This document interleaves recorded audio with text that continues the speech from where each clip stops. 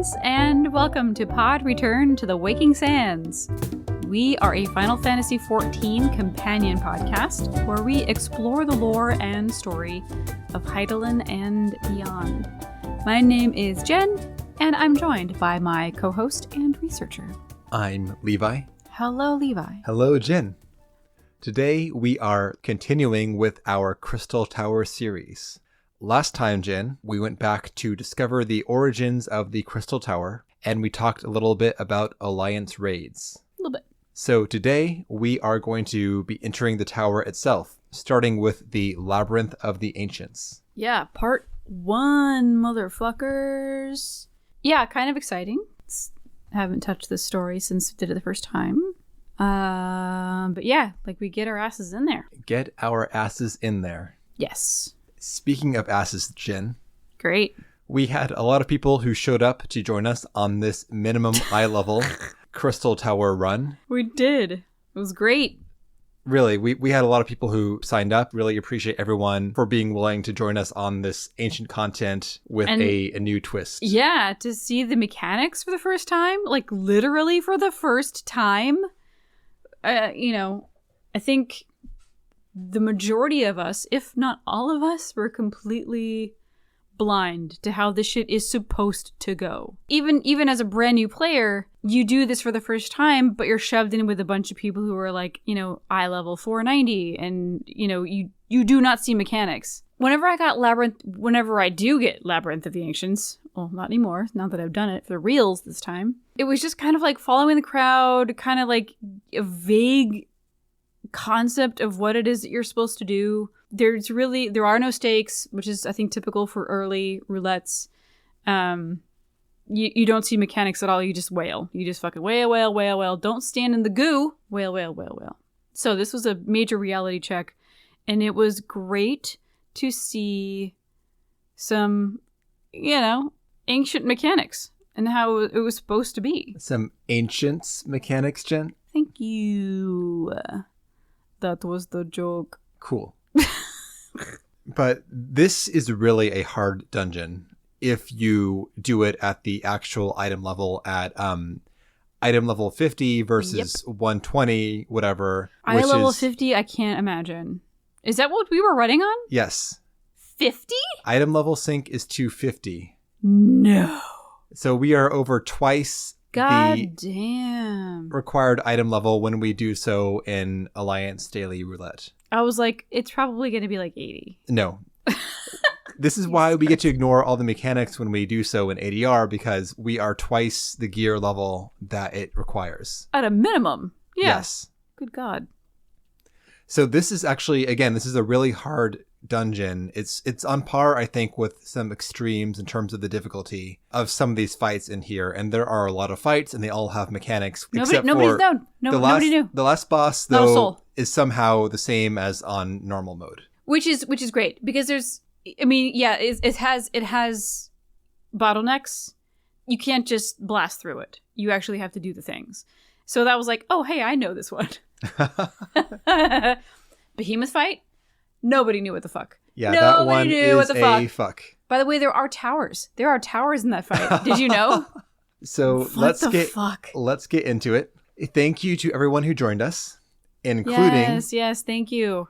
It's going to be a long list. Golden Abbey, Quasar Red, Ewenner Zoranthar, Depontau Jessel, Chi Miyu, Raven Ghostpaw, Ash Rosenpire, Kiko Fey, Hingus Dingus, Sheer Grub, Nefla Highwind, Naughty Ivy, Shara Zephyr, Mervyn Corvus, Calidus Caddis, Freya Highwind, Rena Chillaway, Athena Kylo, Seyo Mihata, Otis Oldthing, Vestal Gorgonoth, Keelan Tharis, and Boro Goro.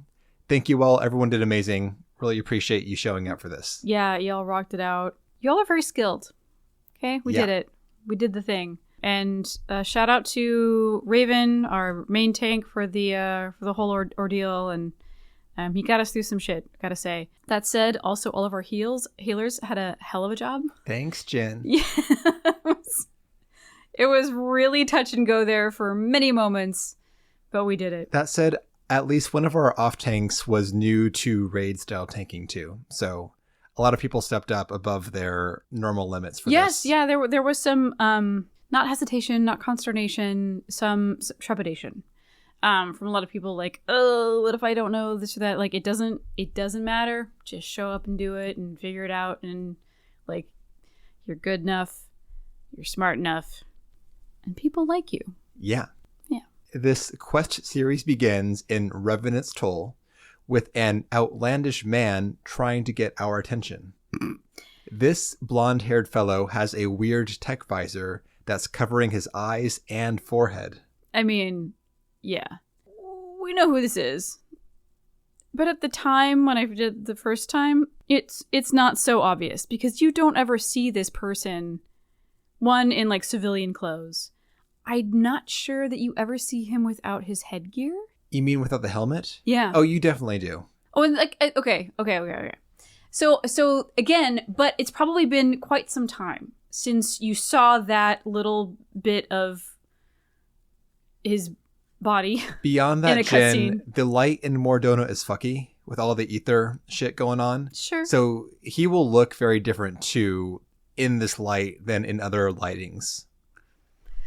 He is still an extraordinarily tall blonde man, and they do not pop up very frequently. They in don't this make game. him like that anymore. Oh my god. So anyway, this complete stranger, Jen, has an amazing opportunity for us. The one that bested that Garlean general. Only someone of our caliber is up to this task. Right. And he's going to give us this hookup for no personal gain. The accumulated knowledge that we shall unearth shall be rewarded enough to this generous fellow. Yeah, like, okay, bro. Yeah, so the offer is like the accumulated knowledge of an ancient civilization at the risk of death.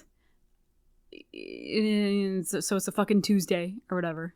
And he was like, you should go talk to Rambros about this quote-unquote opportunity. Oh, okay. So that's fine. We know Rambros. We'll go talk to him. We do because we've done the seminar quest line. Yeah. For those who haven't, Rambros is the leader of the Sons of Saint Koinok. The Sons are a politically neutral research group dedicated to unearthing all things Allag. Rambros is actually a member, at least a former member, of the Circle of Knowing, though he did not follow its members when they formed the Scions of the Seventh Dawn. He found that Allag's call was stronger. Rambros is stationed at St. Koinok's Find in the crystalline fields of Mordona. This camp is a base for Allagan research in the area, not just the Crystal Tower, but there is a wealth of Allagan ruins below the surface of Mordona that the Sons are in the process of excavating. There are several side quests available here as well, helping out the Sons. These are mainly camp tasks, killing Gygus that are menacing the researchers, delivering the mail. There are no real lore bombs here. But one curious thing that arises, though, is that apparently the Gygus revere the Crystal Tower as a holy site, and they migrated to Mordona after it surfaced during the Calamity. One of these side quests kicks off the post-Moogle quest series, which we'll be hitting when we wrap up A Realm Reborn. Oh. When you say post-Moogle, I immediately went to like postmodern. Like, the fuck does that mean? What is a post-Moogle societies look like?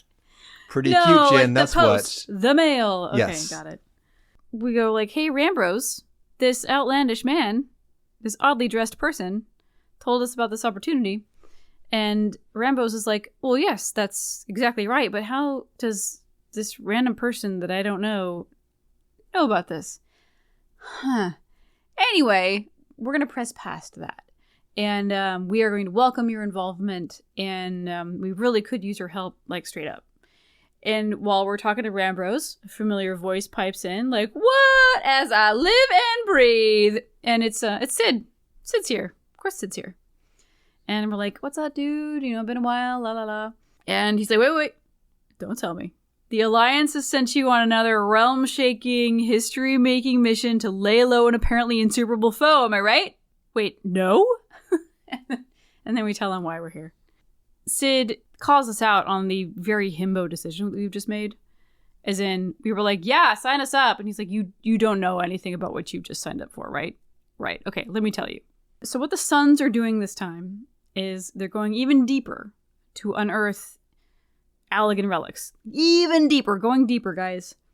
And, don't worry about your lack of training or whatever. Like, you straight up, you face the ultimate weapon. You have spent a lot of time, very intimate time, with Allagan tech. So you're more than qualified. Don't worry about it.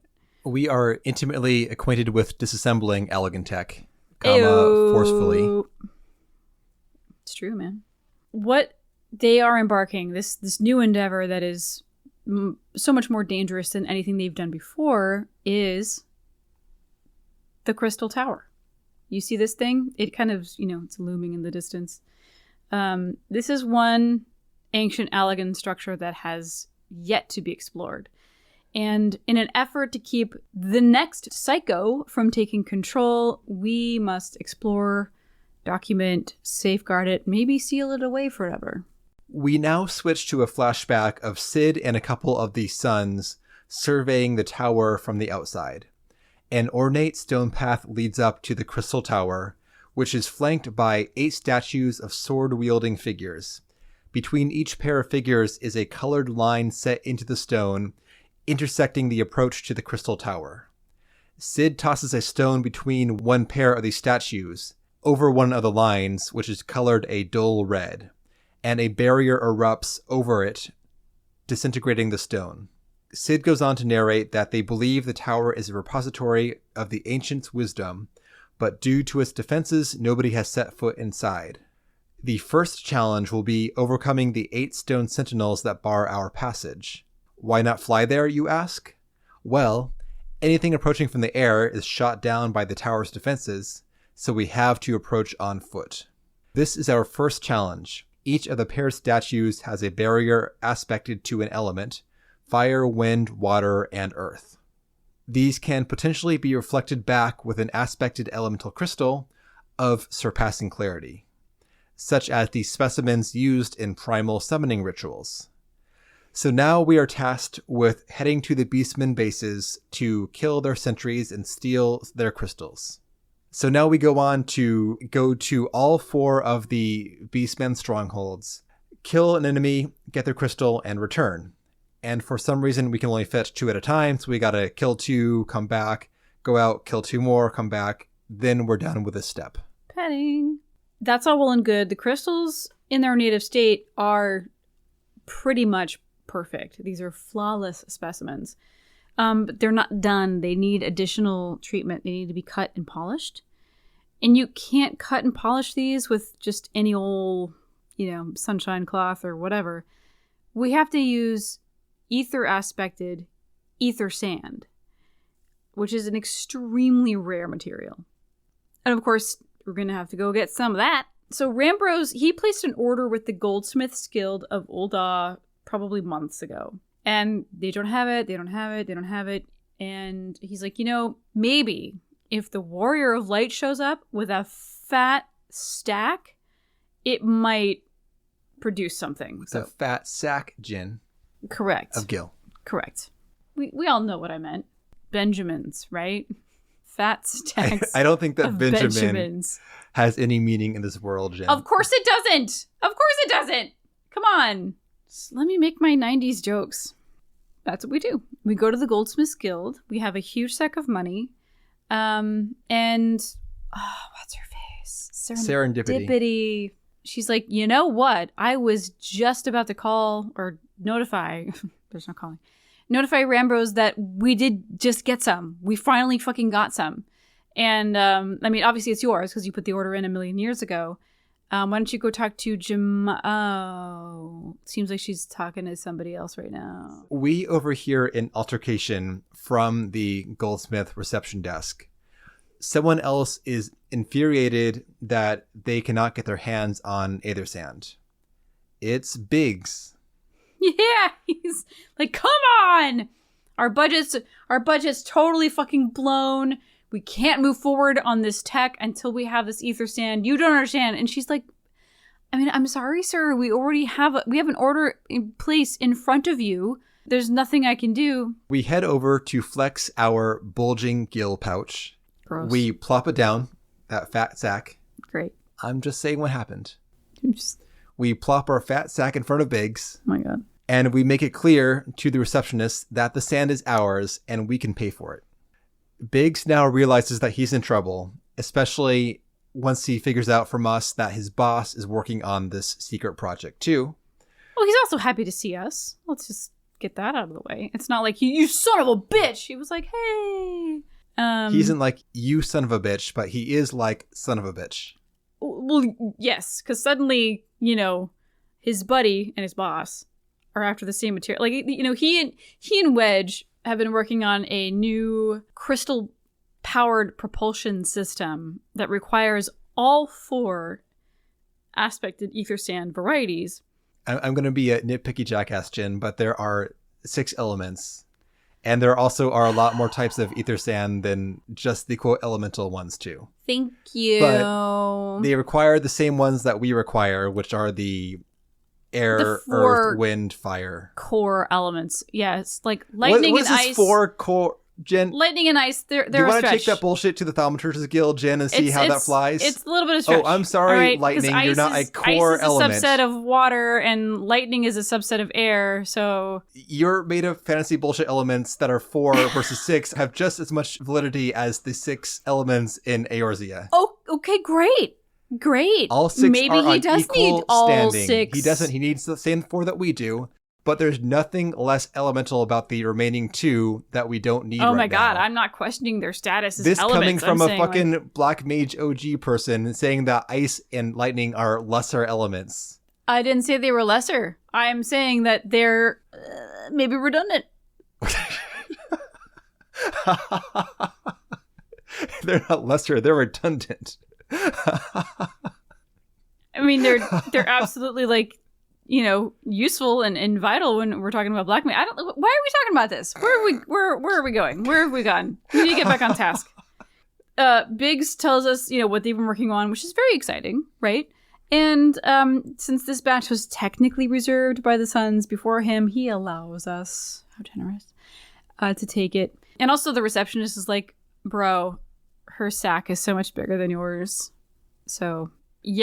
He concedes, but only if we give him a position on our secret project. Of course, dude. Like, I mean, it's not our call, but we say yes anyway because... Yeah, he's gonna make it happen. See, he's just gonna show up. This is how the mysterious stranger found out about it because no one has any OPSEC here. Yes. Like, hey, can I join your project? Sure. Why not? Blah, Welcome. blah, blah, blah. Yeah, they're probably hanging out at 7th Heaven every night and just, like, talking about it. Yeah.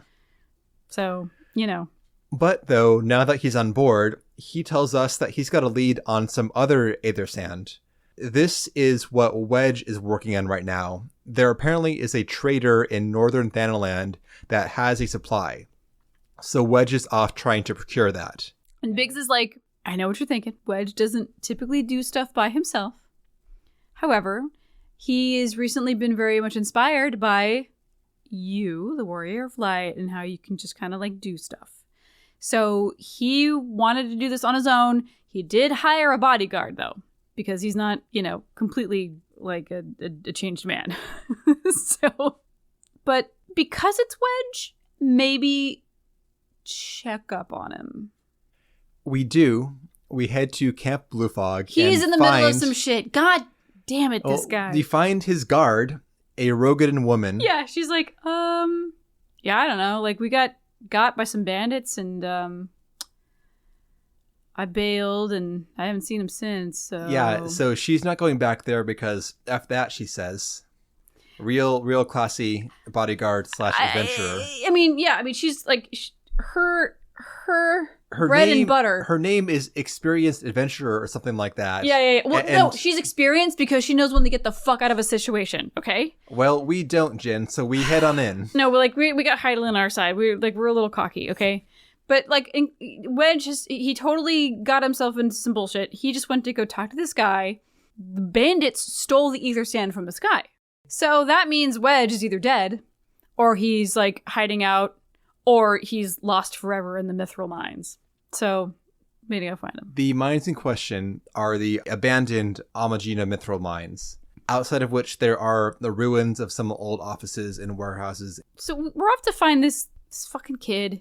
He is in the middle of a swarm of lunatic followers and grenades. Like, absolutely fucking swarming. This isn't a situation where I can just, like, fly in, drop myself at a good spot and sneak in. Like, no.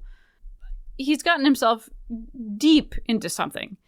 So you sneak in. I did have to kill, like, 2 dudes, because you can't not. So Wedge is, and I just have to say, Wedge is my favorite. Love him. Will always love him. But he is cowering in the corner of this decrepit old building. You know, some kind of... It's a small building. And he's in the corner, and we are listening to him talk to himself. He's giving himself a little pep talk. He's like, okay, I gotta get out of here. What I'm gonna do is I'm gonna stand up, and I'm gonna turn around, and I am just gonna walk out of here. Whew. And he does it. Good for him. He has no idea that we're there watching him. He's doing this for his own self, okay? And he turns around, and he's like, and he runs right into us, and he doesn't even realize that it's us at first. It's just, we're just like a body, and he just goes, please don't kill me, oh my god, and he does this little, like, panic dance, which is the most adorable thing. And he's like, oh, hey, what's up? And hold on. And in the midst of his panic, this is, like, one of my most favorite lines in the whole game. This line comes out of his mouth. Otis? Because it's me. Is it really you? But how did you find me? Can you smell fear? And can you smell fear? Because he's just soaked in fear. Because he's Wedge. I just think it's so fucking brilliant and so cute and so self-aware, and it's just brilliant. Love it. Anyway. How did you find me? Can you smell fear? Fucking just dead. I'm dead. Anyway, after I recover, we have to, find, he dropped the sack somewhere. We find the sack. We go back to Rambros and we're like, all right, we got 2 of them. Also, Wedge insists that he join the project too. Of course. So now we've got 2 Aether Sands out of 4. That'll get us past 2 barriers. So Rambros goes off to work on the first pair of crystals. In the meantime, Sid asks us how it went, and we report that we now have 2 hangers-on, Biggs and Wedge. Typical, he says, but he welcomes their help. In the meantime, let's grab that other Aether Sand. And about that, says Rambros, so he had charged an associate with tapping the Gordanian markets for a sand. This person hasn't given word for some days, but that's, quote, typical. Not just a person, a Charlian person. Hopefully he's got some chops. Regardless, though, this one is unreliable notoriously. Yeah, he's been incommunicado. That whole thing. I haven't heard from him in a long time. Let's go make sure he hasn't died. Oh, Rambros says, no, don't worry about that guy. We got to focus on the mission, because the more time that passes, the more loose lips will let more strangers in on this project. There's a whole town square in Mordona, and now there are 12 outlandish men. So we head for Gordania to pick up the trail here of this sand, and we talk to our favorite market master, Pars Montre. Nailed it. Thank you, Jen. Yeah. He is bemused by this request. He hasn't seen this sand pass through here in years. But if we're suicidal enough to go to the source, we can, which is a place in Earth's Gift, which apparently is guarded by a mean hog. A big, angry boar. No, I enjoyed this too. And we walk up and we're like, hey, Pars Montre, we're looking for some stuff. And he's like, well, that's hilarious because it's been long years since I've seen a speck of that shit in the market. But if you wanted to find the ore from which you can derive ether sand, you could just like die and go find it by this huge thing. He's like, oh, you don't care about that. Okay, well. And then he tells us about Earth's Gift and the hog. We pop over to Earth's Gift, and we're too late. We find the body of the hog on the ground, just a carcass. No sand, no ore, no pig. But a disembodied... The pig has ceased to be. A disembodied voice mocks us as we survey the scene. We're too late. There's no trace of the ore here, says the voice. But its victory has made it magnanimous. We can find wind-touched ether sand elsewhere from Ixal in their North Shroud logging grounds. But, says this unknown voice, we had better hurry because it's going to race us to this sand. Seems Race. weird, but... And go. We hop on over. What the fuck is happening? This is very strange. We hop on over, having nothing else to do, and we find a crate near a landed Ixal balloon. A few Ixal pop out, we kill them in a few seconds, and now the mysterious voice sounds out again. We put on such a show against this speed bump trash mob fight that thoughts of the sand slipped from its mind. The sand is ours, but, it says, it wants to give us a reward for such an impressive display. This has scholar or fucking summoner guildmaster vibes all over it. And Right? I hate it. The reward will be waiting for us in the ruins to the east.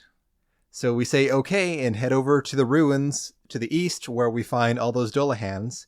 I agree with Jen. This is irksome in a very fundamental way. This whole, like, I puppet master, tee-hee, I'm better than you. Yes, dance for me, puppet, dance. Like, that's like, come on, like we're not. We've all got shit to do. Like, what is happening? Not this here? guy. Yeah, like how gross. Our reward, Jen, for our impressive combat display Which is dumb, but okay. Is dumb because it was, again, like a couple AoEs being spammed and then the fight's over. Yeah. But anyway, we pop on over and we find a sack full of water aspected ether sand from Earth's gift. Yeah, so whoever this person is, they have treated the ore and pulled out the ether sand that we need. Like, he's already done it for us. Like, why? What is happening? I assume it ground the ore into sand or something. Irrelevant, ultimately. Anyway, though, I don't care how. It's the fact that the more impressive thing is that in the 10 seconds it took to teleport to the North Shroud Aetherite and fly to the logging ground. You gotta turn your brain off for just a little bit. It doesn't take 10 seconds to, well... It did, and it does. Okay. And also, this was during a, quote, race. Correct. For the voice to get here. Well, how long okay. No, the whole thing's stupid. I don't know why I'm trying to justify it. But yes. like how long ago did he kill that hog? How long has been like waiting for us to show up? So fair. It could have been like 4 days. You're right. He could have been hanging out there for 4 days being, all right, Rambrose is going to send someone and we're going to make them seem real dumb. I mean, like when in this process did he get this idea? Like, oh, you know what would be funny? If I totally stopped talking to Rambrose and he thought I was dead. And then had to send somebody to, like, pick up my pieces. That's what happened, Jen. And then he's just, like, waiting for that person. You nailed it. You're just, like, camping out there. All right, it's going to be so great. I mean, this is, like, if this is a Charlene person, then this is a little bit of, like, this is some 4D chess or whatever. Because, you know, if Rambrose is going to send somebody in his stead, it would have to be somebody that is, like, as good or better than he is. So it would be somebody who is like... I wouldn't give them that much credit, but... I would, because it's Rambrose, and it's, I meant give this voice that much credit. Well, we don't know anything about the voice, but, well, we do. So we know that they're Charlene, and that does have some connotations, right? That does carry some weight Charlene with it. means esteemed scholar, probably. Not to type a whole people here, I mean, their yeah, you could just, like, are live largely there. Scholars. Correct. Okay, so we can make that assumption. Also, because they're working for the Sons of St. Koinok, there's probably a very rigorous interview process. Like, you can't just be like some fuckstick who works in a diner on Charlene. Not that makes you a fuckstick, but maybe you're a fuckstick and you also happen to work at a diner. Okay, Rambrose is not hiring that person to do this job. Yeah. Okay, we can agree. And then, so he's like, all right, you know what? What if it's taking me a little while. Rambrose is definitely going to send somebody after me. This person is probably going to be pretty fucking good at what they do. I'm a scholar of history. I'm a recorder of history. Let's see what happens. Maybe I can put it in a book. Anyway, Jen, the voice tells us that it never meant to give us the water aspected ether sand, but it was so impressed by our display of prowess that it was moved to this display of generosity. And it says that its vocation is to record history as made by mortal men, and it prefers the accomplishments of the bold and mighty. We shall meet again, it says, and sooner than you imagine. Great. No thank you, but Okay. Cool. So that was really weird. But we got the sand, so let's go. We head back and turn over the sand. Sid goes to finish off the crystals, shaping them into 4 fang-shaped pieces. At this point, Biggs and Wedge rush up. Not so fast, Chief. We're coming with. Fine, says Sid, but we're not here to take this knowledge for ourselves. It's too dangerous. Remember the creed of the Ironworks, freedom through technology. They will not truck with machines that can be used to promote tyranny. And at this point, a mysterious voice sounds out. A compelling viewpoint. It is unyielding wills such as yours that have defined the course of history. We look up and we see a red-haired Mikote atop some scaffolding around the Allagan ruins. This guy has a bow slung over his back. Rambrose recognizes this person. At long last, he says, you return. What has kept you so preoccupied that you couldn't inform me of your progress? Oh, this is the dude. Oh, God, Rambrose, your boy put us through some shit. This person says that he tasked a passing adventurer with delivering the ether sand. And now he leaps from this 2 or 3 story high scaffolding and lands on the crystalline ground before us. The camera sweeps around to reveal his face, showing that one of his eyes is red. He says, greetings, adventurer. Did I not say that we would meet again? So, Jen, I despise this character right now. The first impression is Teehee Puppet Master. The second impression is too cool for school badass. Yeah. 0 out of 10, go fuck yourself. Yeah, pretty much. All terrible first impressions. We are not impressed. Though apparently our character kind of is. Our character kind of like gets it. Because we were like smiling at him this whole time. Like, oh man, you fucking got us. Just look at you. But yeah, he is indeed a Charlian scholar. He has the tattoos. He has the etheric meter around his neck to prove it. He introduces himself as Graha Tia, one of the students of Boldesian. Rambrose explains that Graha has been assigned as an observer. He hopes that we'll forgive his eccentricities. Speaking of eccentricities, Jen, Graha says that now our fellowship is complete. 3 cheers for Noah. And nobody knows what the fuck he's talking about. What are you talking about? It's like, Noah! He's like, Noah. Just don't ask him. Just nod and let's keep moving on. Well, I'll tell you. It means thanks. Nominated observers of artifacts historical, sort of. I mean, that is what it means. However, it's also the name of an Allagan archmagus. And a vaunted Final Fantasy III archmagus. And then Wedge is all like, what? An archmagus? Yeah! And he gives Graha a thumbs up, and Graha's like, yeah, dude, and he gives him a thumbs up, and there's lots of thumbs up in. Everybody's excited. So Graha has decided to give us a name because we are a collection of representatives from disparate organizations. By this name, we are bound. He is so, so all of his other things notwithstanding, it is very clear that he is like giddy. He is giddy to be here. He is so happy to be here. It's like, it's childlike and it is very endearing. And he will wear us down so fast. Time to get rolling, says Rambrose. And the camera cuts between all of the expedition members who all nod. And then a text box says, Noah, ready. It is kind of cute that it is cute that the whole group we're as Noah says hey ready. Guys, yeah, we're Noah now. We make for the entrance to the tower. Graha nominates himself as leader. Even though he's technically an observer, he also has the most Allagan knowledge among all of us. So we head for a crystalline gate and arrive at the stone walkway guarded by the sword-wielding statues. They loom ominously over the walkway, glowing dully with their respective elemental colors. Graha goes to test the defenses himself, firing an arrow.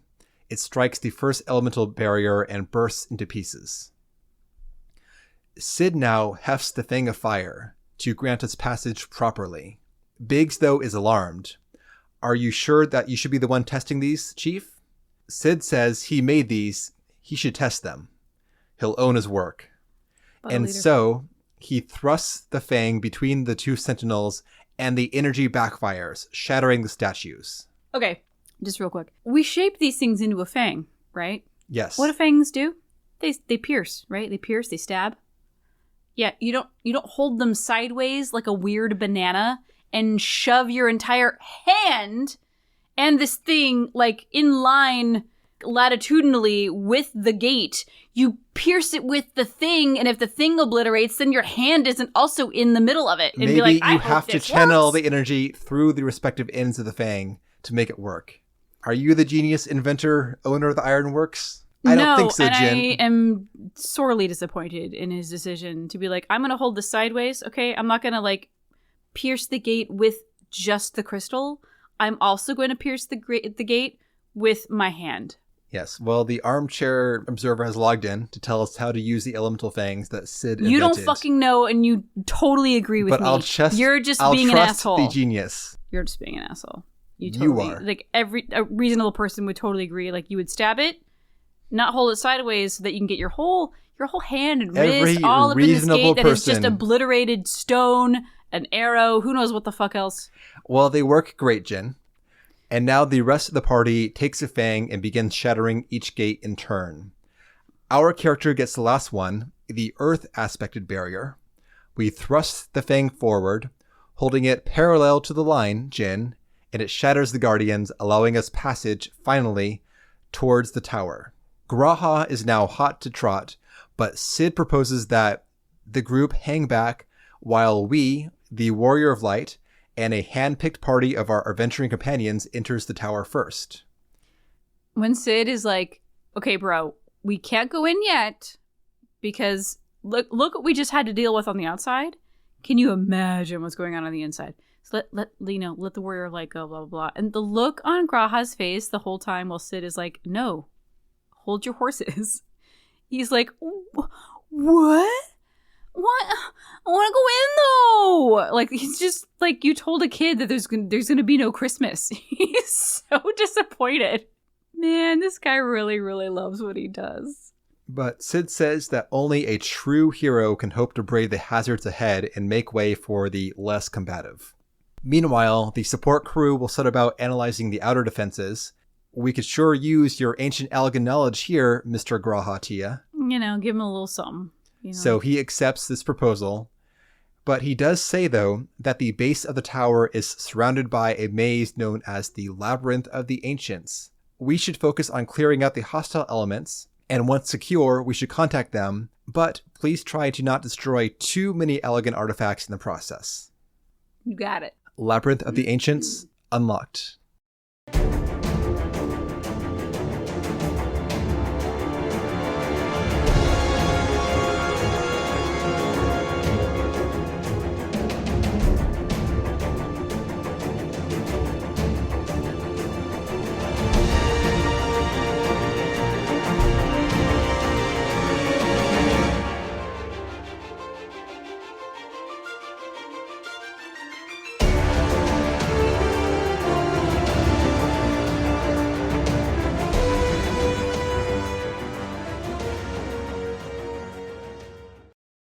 All right, Jen, here we go. We are entering the labyrinth. Jen has closed her computer. The notes end here. Notes end here. There is a big caveat for all these mechanics that we're talking about. Due to the way that a Realm Reborn item sync works, like we discussed at the beginning, most of this shit does not matter for the regular Alliance Daily Roulette parties that hit this all the time and steamroll it. So we're going to be talking about the mechanics that we experience on min eye level, not the normal synced level of difficulty that most people will experience. So we enter the labyrinth. The interior of this place is a massive dungeon of stone pathways that are raised above rivers of magma. Not really a maze, just a big crossroads that we have to explore each leg of. So first off, Jen, we head inside and take the path to the left from this giant crossroads in the center of the labyrinth. And we descend now to a sublevel that is essentially a big poison swamp. So in this place, the arenas here have multi-tiered stone platforms, and during the fights, there'll be a big poison swamp that raises and lowers up to the level of the various tiers of these stone platforms. If you're in the poison, you're going to get poisoned. It's going to suck. So it's going to force you onto the platforms. It's an interesting gameplay conceit, but makes no sense whatsoever from story. Nope. Guess they're poison swamp systems on the fritz down here, Jin. On minimum eye level, even the trash fights in here are rough. We got a rude awakening immediately with a wipe due to cleaves from the dragon voidsent in the very first trash fight. We had to regroup a couple times and turn them to make sure that they were cleaving with their front and tail along the arena sides and not towards the center. So we had to turn them essentially parallel to the sides of the arena. There also is a horde of little elemental sprites in here as well. Pretty much kill the small ads, kill the big ads, you're good to go. But those cleaves hurt a lot on min eye level. They will kill you. They will kill you in one shot. The next room was a bit easier. There are scythe-wielding fiends here and a bunch of imps. The main wrinkle is that the larger voidsent here have a nasty damage and knockback effect, which will knock you into the poison swamp if you're not careful. But we took care of that, no problem. And then onto a room with Ahrimans and succubi. This was tougher because the stone platforms are pretty narrow, pretty small on the upper levels. So when the poison pool rises, you'll be forced into a very small area along with the enemies here. And so enemies drop AoEs right on top of them. Even so, we knocked it out and got to the end of the first leg, the Bone Dragon. This is a skeleton dragon that just won't quit. We have to defeat it 3 total times before it'll stay down. Every time it dies, little skeletons rush the boss. Each skeleton that hits the boss deals raid-wide damage, so you want to focus on the skeletons as that damage will stack up quickly. I believe if 3 skeletons hit the boss during any one ads phase, it will be a wipe on min eye level because of the damage they deal. 2, you can survive just barely. 3, it's over. So what you got to do is you need to make sure that the off tanks in the party will grab the skeletons and will lead them away from the dragon, and then you kill them on separate stone platforms a good distance away from the dragon. So when the dragon dies and the skeletons revive, they have to cover some ground before they reach the dragon and can detonate. During that time, you have to burn them down ASAP to make sure they do not contact the dragon. Further, if 2 skeletons die close to one another, they will tether together on revive, and they will be much faster if they have tether than if they do not tether. So the ones that are in close proximity will book it towards the dragon ASAP. You've got a couple seconds to burn them down before they contact and do those raid wides. It's not going to happen. They're so fast when they're tethered. Assuming, though, you're able to space them out and burn them down before they reach the dragon, it's no big deal. The main challenge of the fight is managing those ads and making sure that you kill them spaced out away from the dragon. During the last revive round, there are some Ahrimans that appear. They're no big deal. They're really just spank and tank ads. It's the skeletons that are the real challenge in the fight. After that's done, we teleport back to the entrance and head right. Here, we reach a 3-part branching path leading to 3 raised stone projecting platforms that are separated by deep pits. On the end of each of these projecting paths is an Atomos. This is one of the few mechanics that even normal raids can wipe to, depending on how many new players are present and how many inattentive people and or late people get to the fight. Because each alliance has to go down a separate path. If one of the paths is too short on people, you cannot complete the fight and it will wipe. Each Atomos, a big sucking maw, will be shielded at the beginning of the fight. You have to have 4 players standing on a platform on the opposite end of each raised path to lower the shield. If there are fewer than 4 people on that higher platform, the shield will be up and you cannot kill the Atomos and you will wipe. So, if someone is too eager and they start the fight before the rest of the party arrives, then everyone will be defaulted towards the leftmost path, and you just cannot kill the other ones on the other platforms. So, chill. So chill and go down your respective letter. If people are feeling kind, people will mark the different pathways A, B, and C, but it's essentially one big puzzle.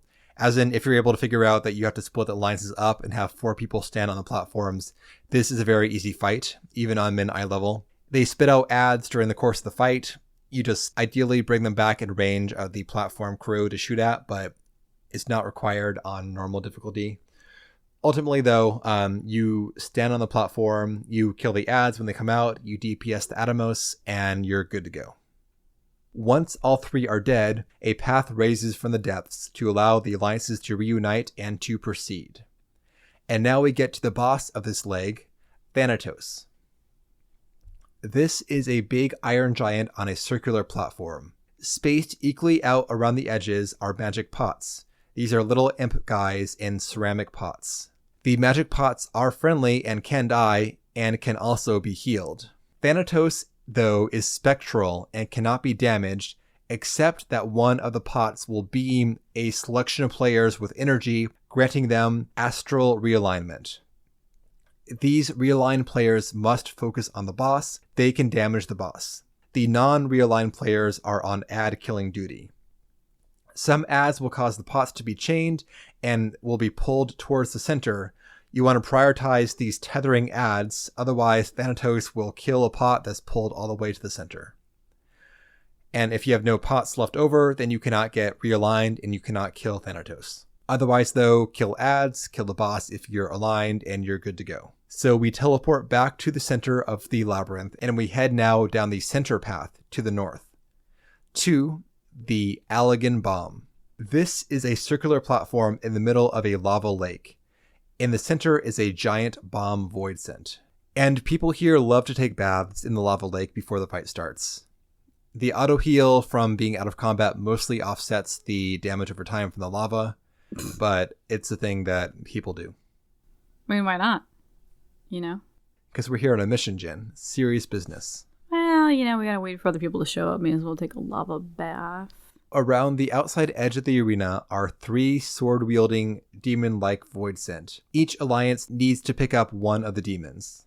So pretty much, you got to split into 3 groups, as always, and your alliance must DPS down the sword voidsent that you're assigned to. If one of them is too far damaged compared to the others, it will become invulnerable temporarily to give the other alliances a chance to catch up. You cannot focus fire on one and then call it good. You must kill them at a roughly equal rate. During the fight, though, smaller bombs will spawn and head for the center. You've got to kill these ads ASAP, because if too many of them reach the middle bomb, it will explode and it'll be a wipe.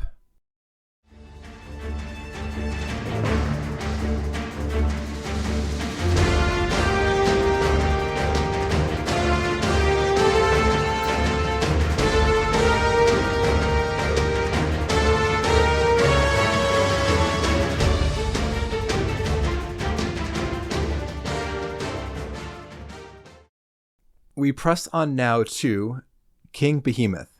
This is our first official Behemoth, and make sure that you learn these mechanics with the meteors, because there will be a lot of variants of this mechanic throughout the course of the game. So this was, besides Bone Dragon, honestly, relatively speaking, Bone Dragon was a cinch compared to this. This fight reminded us of, like, Coil's tier fights.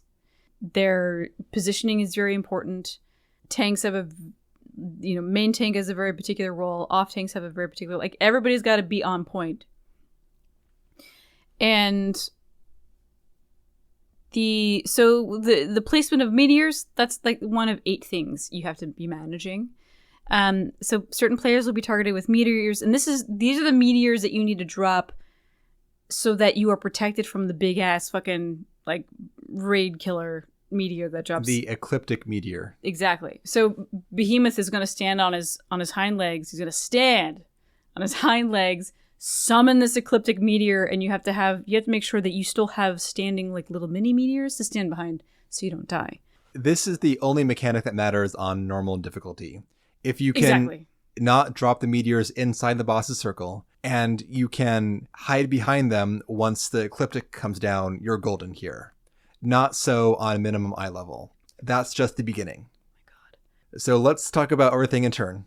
First off, like Jin previewed at the very beginning of the episode, there are towers. A surprise to most people, I'm sure, is that there are 4 towers around the outside of the arena. These are big, tall, blue glowing towers. They do stuff. They do stuff, you guys, and you gotta click on them. Each tower will sometimes light up with pink bands of energy. When they do so, you gotta click them. Yeah, shut it off. If you don't, they will pulse out a raid wide for big damage. It will kill you. So like I think maybe like the second pull on this, and at this point you were like, okay, we need to assign a person to a tower because we couldn't just have everybody running around and like maybe grabbing a tower if they were in the vicinity. Like, no. Okay, you are assigned to tower 1, 2, 3, 4. I had tower 3. And so I was like babysitting the shit out of that tower. The pink thing showed up. I'm like, boom, no. But if other towers are allowed to throw this lightning energy across the floor of the entire arena. The towers do a raid wide. The lightning is persistent. So how does that affect the lightning debuff that everybody has? It doesn't. It's a persistent effect. So if you get got by the lightning effect, that just means you weren't being healed. Yes. And me not being healed is because I was babysitting my tower and I was off on the perimeter of the arena and I was not in the vicinity of heals. Yes. We were all figuring this out. So anyway, yeah. I'm babysitting my tower. It's going up like every 15 seconds and you have to go there, shut it off. So you're living on the perimeter of the arena. You're probably missing out on a whole bunch of like AoE heals because everybody else is not where you are. So there's that. Okay, towers, turn them off. And then there's also the persistent lightning damage that is going across the entire floor of the arena. Right. So there is a persistent just floor is lightning type thing going on that does damage over time. Probably never care about it in normal, but in min eye level, you have to be doing group heals constantly to offset the damage from this floor is lightning effect. I pretty much made sure I had Medica 2 up at all times during the fight to offset the tick damage from the lightning. Yep. And also that, of course, means that positioning around your party is very important because if party members are too far away from the AoE heals, then they miss out and they will die to the tick damage from the lightning. And then we have the Iron Giants. Oh, God. Iron Giants are one of 2 types of adds that will spawn during the fight. The other one are bombs. Bombs will detonate as they do. The Iron Giants are the most annoying. The Iron Giants, because they will destroy the towers, won't they? Yes. They cleave, Everything they will destroy will. the towers. So Behemoth has a cleave, destroys a tower.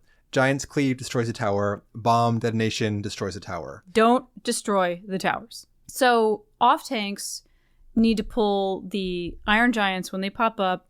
You need to focus fire on these guys because they are so annoying.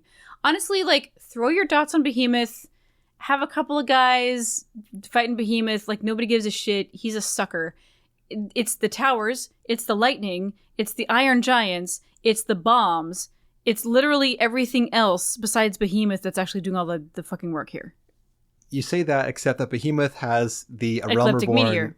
The Realm Reborn classic fuck you tank mechanic, which is that it'll do a untelegraphed tank buster followed by an auto attack, which can bring a tank down to 10% health. That shit was all over foils in 2 seconds. Yeah, so you will have less. And you know than why the time. this is? This was designed for each alliance to have 2 tanks. There should be 6 tanks in these fights. Yes. Which doesn't matter at all for normal, but we felt the pain here in because there's like level. 6 skeletons. Yeah. There's like a billion Iron Giants. There's something for 6 tanks to do in these fights. They didn't change that. Obviously you can still do it, but like, good God. Well, anyway, yeah. So the Behemoth will be nearly one-shotting your tank constantly during the fight. So you've got to baby the health bar. It's really annoying that you cannot take your eyes off them. I cannot do DPS because the GCD cooldown of casting arrow could mean the tank will die. Jesus. Because they get auto attack, tank bustered, and then they're on death's door. Ridiculous. Yeah, it's fucking wild. I hate the Realm Reborn hard fight tank busters. I know. They're trying so hard to kill these tanks. Like, we stop.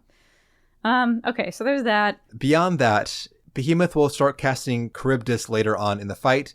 These are a Behemoth classic maneuver. These are big whirlwinds that appear in the arena. They will sometimes pulse out, doing damage in a radius bigger than the size of the whirlwind. So you got to keep a bit away from them. Just fucking pile it on. Yep. Besides killing the towers, both the bombs and the Iron Giants, and if they're not being positioned correctly or if the tank dies, Behemoth, their attacks can destroy the little meteors, meaning that they can be destroyed before the ecliptic comes out, and you will have no choice but to wipe if you're not careful with where the AoEs lie. Yeah. So we had a couple wipes just because we're like, the various, oh shit, we don't have anywhere to go. Yeah, the various attacks had cleared the arena full of the mini meteors, and there was nowhere to hide from the ecliptic. So much going on. This was the toughest fight in the instance by far. By far. Mm-hmm. Yeah, but we did it. Yeah. We got that cleared. The last pull was actually super clean. No problem. We were stable when we got the clear. Yep. That was a really good pull. Yep. Once Behemoth goes down, this is it for this leg of the dungeon for the central branch. This triggers this strange device that is floating over the middle of the labyrinth. It's like a big, it looks like a mace or like a scepter almost, but enormous. Yeah. This thing has 3 stone energy plates that circle around it and beam energy into the central scepter-like structure. So by us doing the 3 legs of this labyrinth first, it shuts those down. Yeah. And it kind of like powers off this big central energy spire, which sinks down and then collects a bunch of platform around it, and we ascend to a totally new arena. Yeah, so it makes an elevator essentially that takes us up to the final boss arena. And this guy was a nice breath of fresh air after the fuck you Behemoth fight. We were like, hey, we know this guy because the way the fight is built, min eye level, max level, it doesn't matter. There are bottlenecks in these mechanics that you can't avoid. So we all knew what we were getting into at this one. So the final fight is Phlegethon, who is an actual character and not just a random voidsent or Allagan creation. Well, he is a hero of Eld, an Allagan hero of Eld. A revolutionary hero, as in he was a leader of the rebellions that plagued the Allagan Empire before Aemon revived Emperor Xandi. During this time, when Aemon was trying to find a way to resurrect Xandi, he conducted numerous grisly experiments in pursuit of Xandi's revival. Phlegethon was one of Aemon's many victims. The rebel leader was captured and twisted both bodily and mentally. The result now is the hulking form that we find at the end of this labyrinth. Damn. So at least we set him free. Yes, we did. That will be a theme too for this overall run. Yeah. So this fight takes place in your standard circular stone platform. Around the perimeter are 3 smaller raised platforms. Ideally, you mark these A, B, and C to remind people which one is their responsibility. Phlegethon has a variety of AoE attacks. No big deal. Well telegraphed, easy to dodge. There will also be a few adds during the fight. During the flare phase, Iron Giants spawn. These are fine, except they have cleaving attacks. So when you're on the flare platform, you gotta dodge cleaves. It's kind of annoying. And then there are the claws. The claws, we saw these as well in the Praetorium. These will grab a player and keep them immobilized until other players kill them. Not a big deal normally, except for the fact that, again, with the flare mechanic, if the claws are not dead, that player is gonna get clawed. Oh, yeah. I got by this.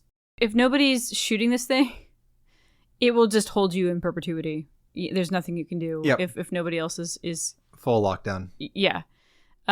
So that I got by that. So when he did Ancient Flare, I was caught in the middle. And then I got rezzed to the platform outside and also was just stuck and died immediately. And it was like this whole spiral. And then somebody else, I think Keelan, they got a couple of times. But the same thing. Like the claw will grab you and nobody's paying attention to the claw. And if nobody's like firing at it, you can't, it's not like the dirty bubble or whatever in Brayflock's Lawn Stop. You can't shoot it yourself. You're done. Like you're donezo. Yeah.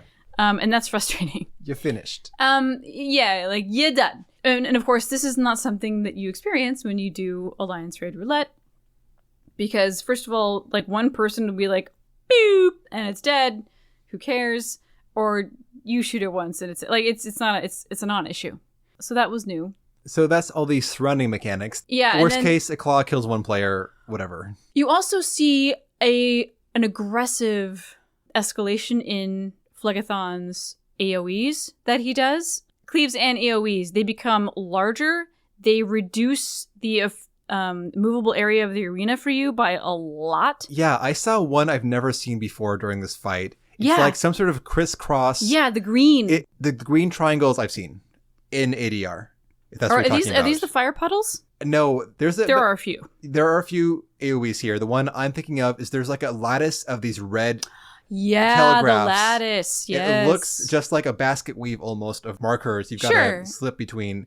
Easy to dodge. It's just more things to not be in, of course. But the pattern was new to me. I don't think I've ever seen that on ADR because people DPS him too fast to have that one come out. Nope. The red and black scallop, that you see all the time. Yeah. And the green Vs, I don't remember, but that's probably because doing ADR, it like, who cares?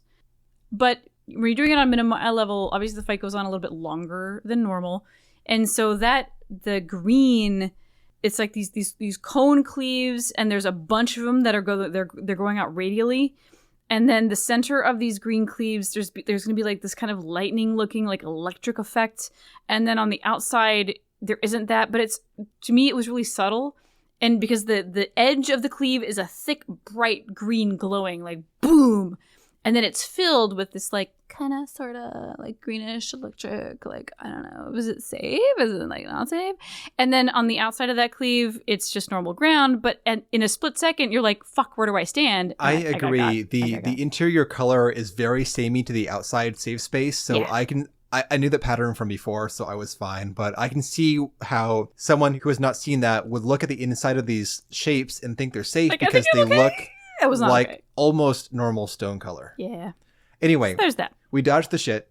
Ancient Flare, this is the linchpin of the fight. Will you pass or will you wipe?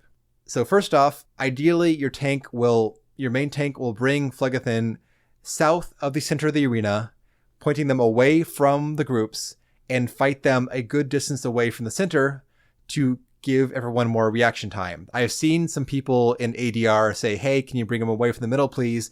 And the main tank goes, no, fuck you, get good. Which, not productive. Not productive. Everybody hates you. Way to go, winning. Yes. And also, if people can't react in time, then you're going to wipe yourself. So I don't know who this benefits. Winning. Super good. But anyway, so if you bring him away from the center, you'll have time to react whenever he triggers his Ancient Flare. Ancient Flare is a mechanic where Phlegethon will walk to the dead center of the arena and start his Ancient Flare cast bar. As soon as you see him start walking somewhere, that's your sign to book it for your respective platform. If at least 4 players are on the platform, on each platform, if one alliance is down, then you're screwed. If you have 4 per platform, a massive energy barrier appears around the outside of the arena, and when Ancient Flare goes off, it will block the flare. Otherwise, everyone wipes. And you can see this inferno of energy inside the barrier. This thing is not like a one-off pulse. It is like an inferno, like a reactor of fire inside there. It's a backdraft. During the camp out and stay safe phase, that's when those iron giants spawn. It is pretty dicey having those cleaves come out in that little tiny stone platform. And that's the fight. If you can resolve the flare, you're good to go. You defeat Phlegethon, and you have cleared the Labyrinth of the Ancients. Afterwards, we are joined by the rest of Noah. They marvel at the labyrinth interior, and Graha asks about our experience clearing out the labyrinth. We recount it for him, and he remarks that, indeed, Phlegethon was a former hero of the revolution. Sid is surprised that he can tell, but Graha assures him that he knows his Allagan history. It's his job, after all. The exchange is cut short, though, by Biggs and Wedge, who have gone on ahead.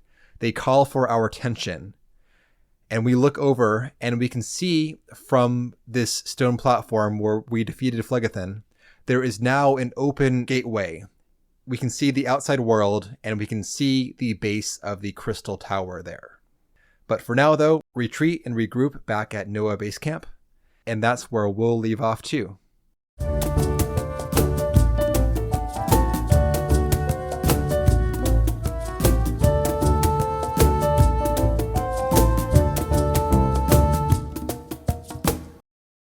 I knew the introduction of Graha was going to happen here, and I don't remember quite how it happened. And then when it happened, I'm like, this sucks. Yeah. But I was like, this is just like the Summoner Guildmaster stuff where he's like, you know. That was my exact same thought too, actually, from the whole mysterious voice bullshit, was that this feels just like the Summoner, like, no, the Arcanist quest line. Right. Not Summoner. Right. It just feels insulting. Like, you're better than, I don't know you, but you're better than this. I'm certainly better than this. This is a waste of everybody's time.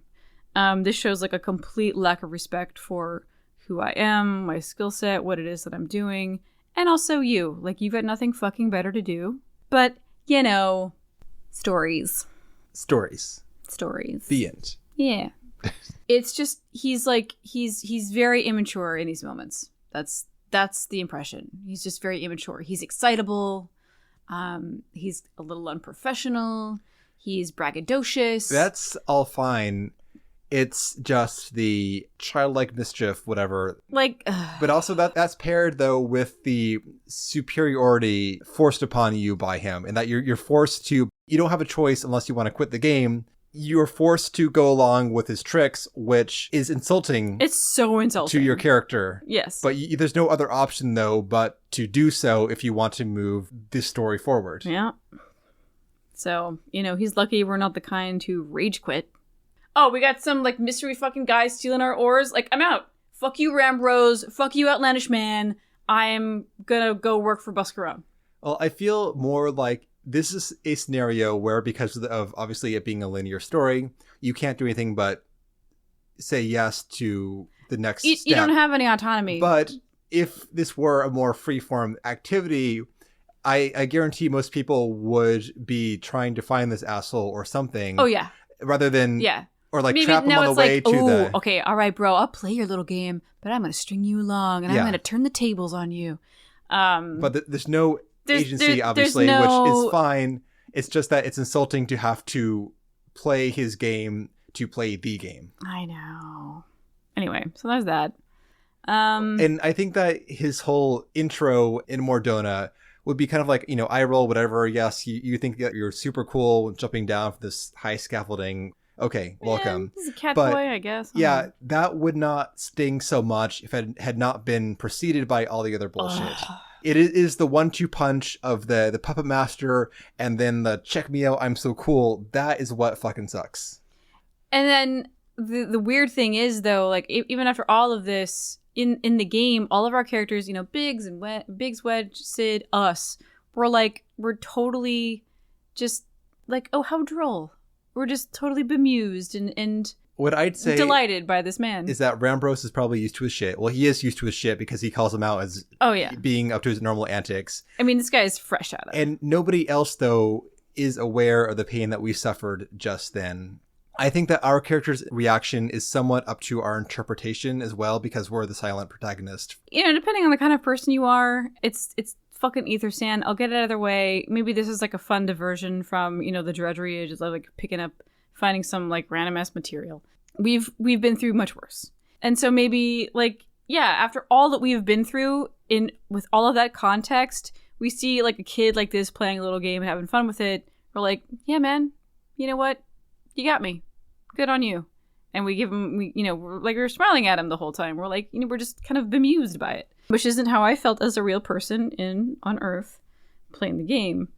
But, like, I can see both. Sure. And also, this was the first time ever seeing these mechanics in this.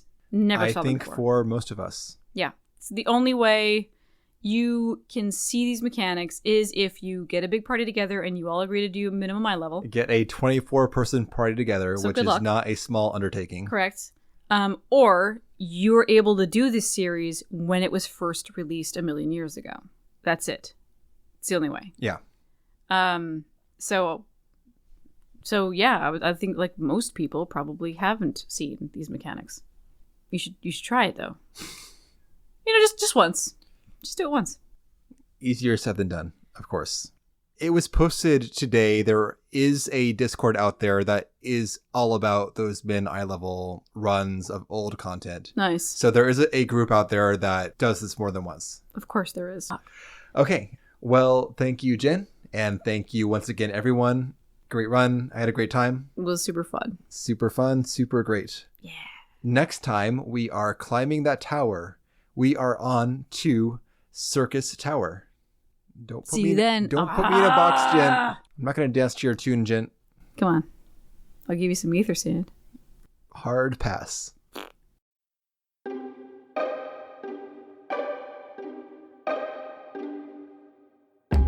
And that will do it for today's episode. Thanks so much, as always, for listening and being you and being super sweet. If you want to get in touch with us, you can at podreturnffxiv@gmail.com. You can check the show notes for our Discord, join up, share your glams, talk about the game, talk about your life, and join us on these group runs that we do every so often. And then also check out, if you want, our Patreon, patreon.com/podreturnffxiv. For $1 a month, you get access to some other bonus content that we release, like monthly-ish. So give that a listen if you want. We did just release a free episode about our Cafe Eorzea experience in Tokyo and Osaka, if you want to give that a listen. And with that, we hope you enjoyed the episode. Have a good day or night, and we will see you